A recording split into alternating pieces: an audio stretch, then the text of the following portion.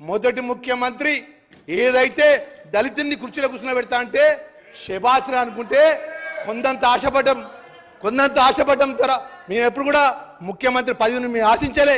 కేసీఆర్ గారు ఉద్యమంలో అనేక సందర్భంలో పట ఈ రాష్ట్రంలో మొదటి ముఖ్యమంత్రి ఎవరైతారంటే దళితుల్ని కుర్చీలో కూర్చోబెడతా కూర్చుండబడపోతే తలకాయ నరుక్కుంటా అన్నాడు. తలకాయ నరుక్కోవాల్సిన అవసరం లేదు అధ్యక్ష.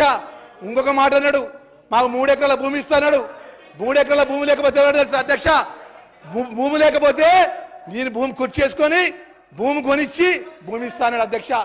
2014 నుంచి 2023-24 వరకు ఈ రోజు దళితులకు ఈ రాష్ట్రంలో అత్యంతంగా మోసం చేసినటువంటి ప్రభుత్వం ఏది ఉన్నదంటే అది టీఆర్ఎస్ బీఆర్ఎస్ ప్రభుత్వం అని చెప్పేసి నేను చెప్తున్నా అధ్యక్ష. ఈ రోజు లెక్కలతో సహా చెప్తున్నా అధ్యక్ష. ఒక దళితునిగా, ఒక రాజ్యాంగ నిర్మాత అంబేద్కర్ యొక్క దేవుడిగా మేము అనుకున్నటువంటి మేము ఆ వర్గం నుంచి వచ్చిన వారిగా మాకు ఎంత బాధ అవుతుంది.